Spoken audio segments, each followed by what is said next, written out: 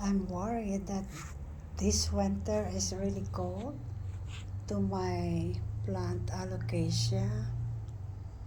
Ayan, nag-umpisa na sila bumaba ang mga dahon.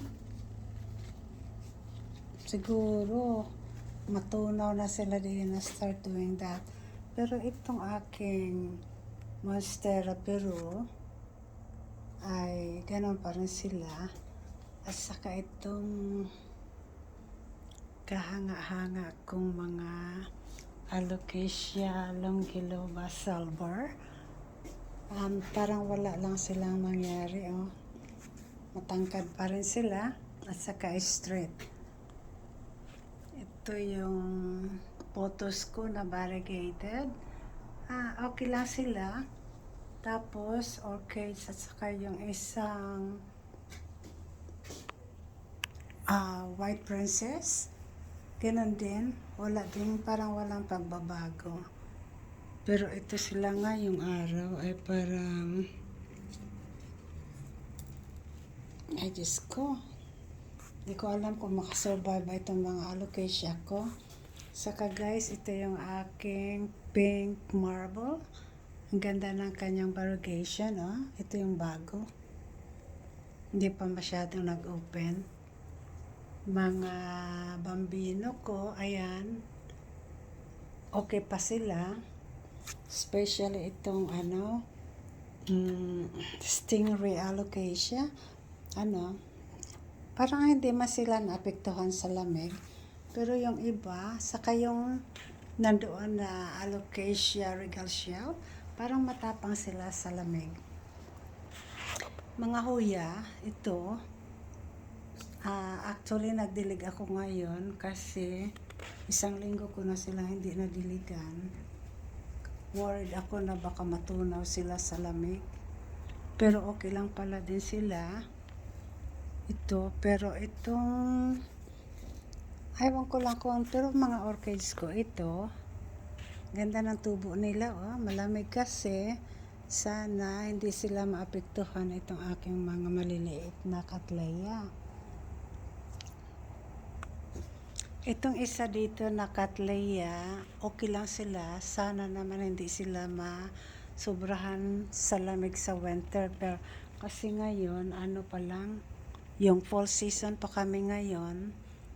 Sa mga December pa matapos yung 22 yung fall season namin. Pero napakalamig na. Tingnan ninyo, oh. Pero ito siya. Hindi ko alam ang pangalan nito. I don't know the name of this, but kahanga-hanga. Kasi tingnan niyo guys, so, nag-produce siya ng panibagong dahon. Ito, parang alanganin ako magsabi na regal shell kasi ang regal shell ko, ibang itsura niya sa, ayan, oh. Ayan. Tapos, ito yung kukulata. Tapos, ito naman ang snowdrip ko. Ganda niya, oh. Sana hindi sila magbago. Pero itong aking, guys, parang hindi makasurvive itong aking variegated na alocasia. Pero kahanga-hanga din itong aking black alocasia, blackout. Tingnan ninyo, oh.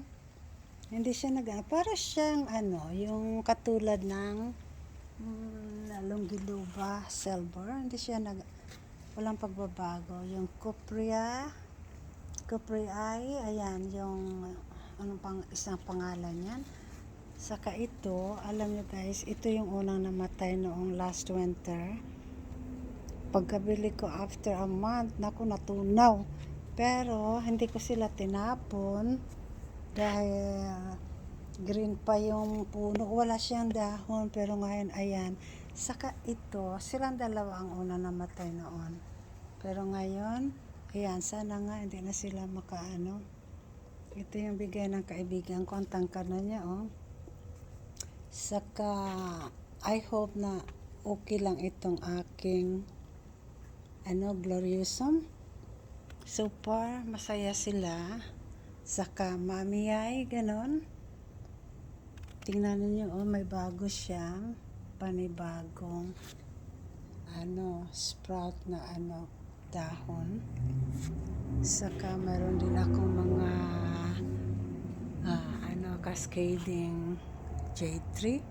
Saka itong, hindi ko siya malaman kung anong klaseng succulent ito. Pero haba na niya, oh. Saka itong huya na hindi ko alam ang pangalan, but ang ganda talaga nito pag namumulaklak. Maliliit pero sobra compact talaga. May itong nandoon, ito ay isang huya na hindi ko alam ang pangalan. Bigay sa akin 2005 ng isa kong kaibigan na matanda. But right now, she's in heaven. Kaya ang dami ko nang pinagbigyan ng ganyan. Ito ay Alocasia amazonica. Ang lapad ng dahon. Andito siya sa patio. Sana hindi siya matunaw sa lamig. Ayan.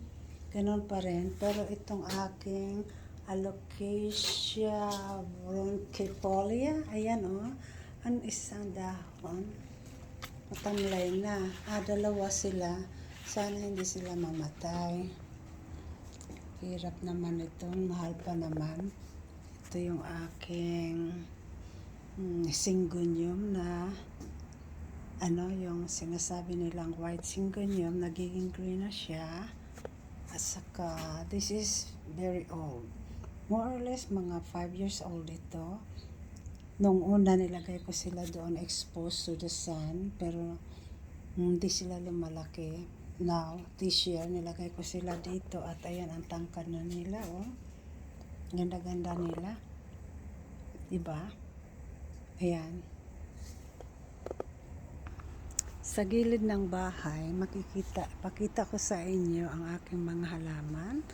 Itong karsada patungong doon ay puno ng mga succulent. Dito ang mga succulent ko na matatangkad. Ito may mga bulaklak yung ibang halaman ko. Ang ganda ng kanila mga bulaklak. This is the first time na nagbulaklak ito ng marami. Mga jade tree. Ito napakaganda ng bulaklak niya, pero natumba yata ito kasi ayan, oh, nangyari sa kanya. Ito, nilipat ko silang lahat dito kasi dati dito sila sa kabila, pero nilagay ko para makainom sila ng tubig pag umuulan. Ayan, ganda ng aking arrangement dito. Sa ngayon, parang nawalan ako ng gana sa mga succulent ko kasi okay lang naman sila, wala namang problema. Ito yung aking ang tawag nito, pencil cactus. Ewan ko cactus ba ito, pero ayun ang pangalan ay pencil cactus. Ayan, kunti na lang sila. Dati 3 linya ito rito, so nilipat ko dito.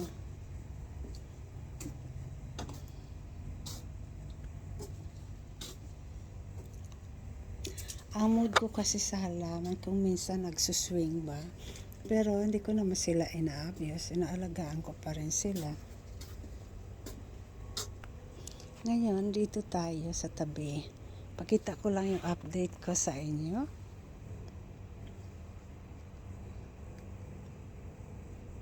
Ito ay mga amaryllis na in-order ko sa online. Napakamahal nila.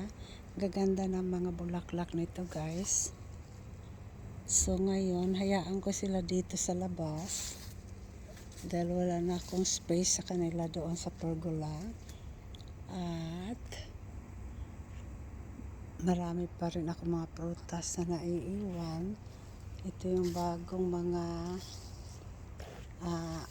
yung mga ginawa ko rito na gitransfer ko sila sa malalaking paso sa box para lumaki sila. Ito yung mga ionium na dalawang klase lang naman sila rito. ito nagiging purple ito eh. Yan ang nagiging dark ang dahon. Ito naman iba hindi. So